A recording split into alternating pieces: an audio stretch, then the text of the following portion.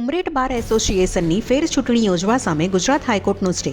નવા ચૂંટાયેલા પ્રમુખ ધ્રુમિલ સુકલ પાસે બંધારણ મુજબનો અનુભવ ન હોવાની કેટલાક સભ્યોએ બાર કાઉન્સિલમાં અરજી કરી હતી. ગુજરાત બાર કાઉન્સિલે ચૂંટણી રદ કરીને ઉમરેઠની સ્થાનિક કમિટીને ચૂંટણી યોજવા અંગે નિર્ણય લેવા જણાવ્યું હતું.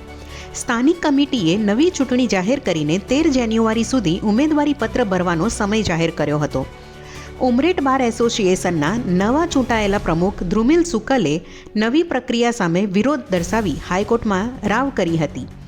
આજે આ કેસમાં ગુજરાત હાઈકોર્ટે ઉમરેઠ બાર એસોસિએશનની ફેર ચૂંટણી અંગે સ્ટે આપ્યો, જેમાં સ્થાનિક કમિટીના ઓર્ડર તથા વર્ષ 2004ના બંધારણ પર પણ સ્ટે આપ્યો.